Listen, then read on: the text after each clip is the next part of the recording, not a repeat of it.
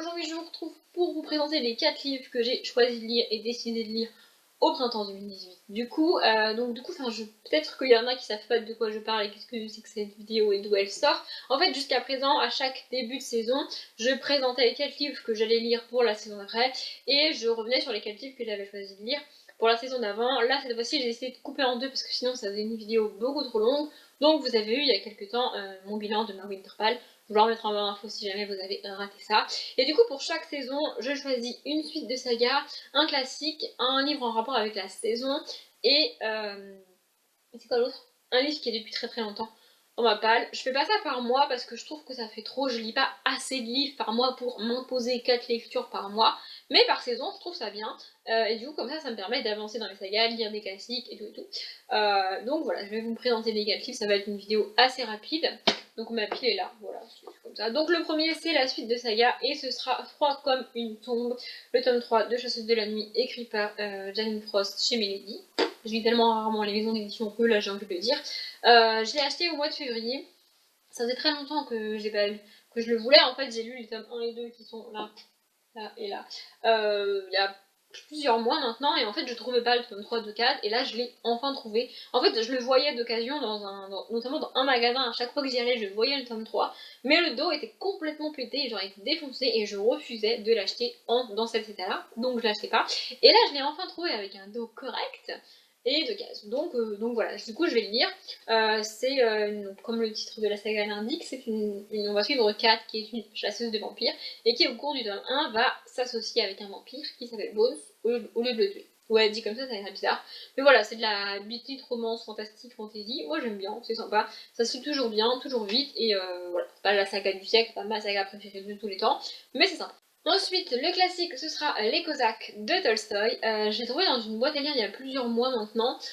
J'ai craqué à la fois parce que c'est un petit format, c'est un très vieux livre, c'est une très vieille édition du livre des poches, je vais y arriver. Et du coup, j'adore ces formats-là, ces tout petits formats-là.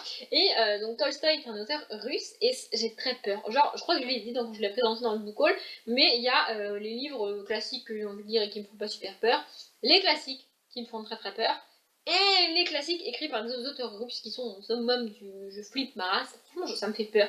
J'ai l'impression que ça va être super dur à lire, j'ai l'impression que ça va être insurmontable, que ça va me demander une concentration de ouf, que mon cerveau il va galérer, que je vais rien comprendre. Enfin voilà, j'ai l'impression que ça va être un truc super compliqué, mais je sais pas pourquoi, en ce moment j'ai envie de le lire. Donc je me suis dit qu'il fallait que je le lise. Et de toute manière, je pense que j'essaierai au moins de lire Anna Karenine, donc du même auteur.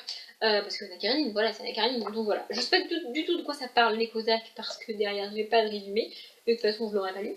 Mais il faut que je lise. Je sais pas non plus si c'est une bonne idée de commencer par celui-ci. Mais il fait moins de 300 pages. Wouh, il a failli tomber. Il fait 250 pages. Donc franchement, ça devrait se lire vite. Et enfin, vite. Tout est relatif. Mais c'est pas une grosse bricasse comme peut l'être Anna Karenine. Donc ça fait moins peur. Le suivant que j'ai, c'est Seul le silence de R.J. Ellory, donc c'est un thriller, et c'est le livre qui est depuis une éternité dans ma palle. Je crois que ça fait bien 2 ans, voire plus qu'il est là. C'est ma grand-mère qui me l'a donné, c'est un thriller, et c'est une belle brique qui fait beaucoup de pages. Combien de pages il fait 500, presque 600 pages, donc, et en plus les chapitres sont longs. Et donc c'est un thriller, je sais pas de quoi ça parle, je sais pas si on va être du côté du psychopathe qui fait je sais pas quoi, ou des enquêteurs qui cherchent à arrêter le psychopathe qui fait je sais pas quoi. J'espère qu'on sera du côté des enquêteurs. Une chose est sûre, si on est du côté du psychopathe, il est quasi certain que je l'abandonnerai. Et en fait ce qui fait que je l'ai toujours pas lu, c'est que quand ma grand-mère me l'a donné, elle m'a dit ah tu vas voir il est trop bien, il est génial et tout, elle a adoré.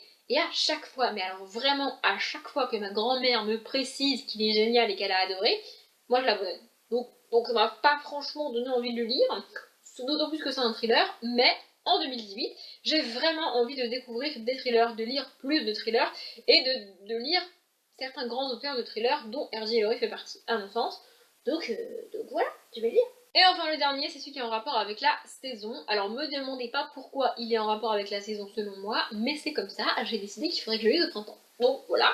Donc c'est La tentation d'être heureux de Lorenzo Marone, je pense que ça se dit comme ça et que j'écorche un peu moins son nom si je le dis comme ça parce qu'il est italien. Du coup je suppose que ça va se passer en Italie. C'est un livre que j'avais gagné à un concours Belfond, sûrement organisé sur Facebook il y a très très longtemps. Celui-là aussi il est dans ma palle depuis très très très longtemps.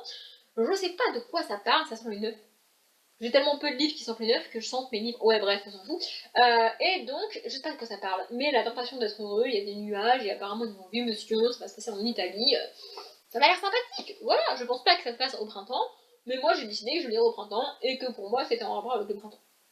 Voilà. D'ailleurs, je l'ai jamais vu nulle part, donc si vous l'avez lu, n'hésitez pas à me dire pas de quoi ça parle, mais s'il est bien ou pas. Voilà, je vous avais dit que ce serait rapide, j'ai enfin fait une petite vidéo, je suis contente. Bref, je vais m'arrêter là, sinon je vais la doubler de volume et ça n'a aucun intérêt. Si vous avez choisi spécifiquement des livres à lire au printemps, peut-être partagez avec moi, dites-le moi en commentaire, comme ça me donnera des idées, soit pour lire cette année, soit pour l'année prochaine, on verra, voilà. Je m'arrête là, comme d'habitude, je vous souhaite une bonne journée, un bon après-midi, un bon appétit ou une bonne nuit, et je vous dis à bientôt.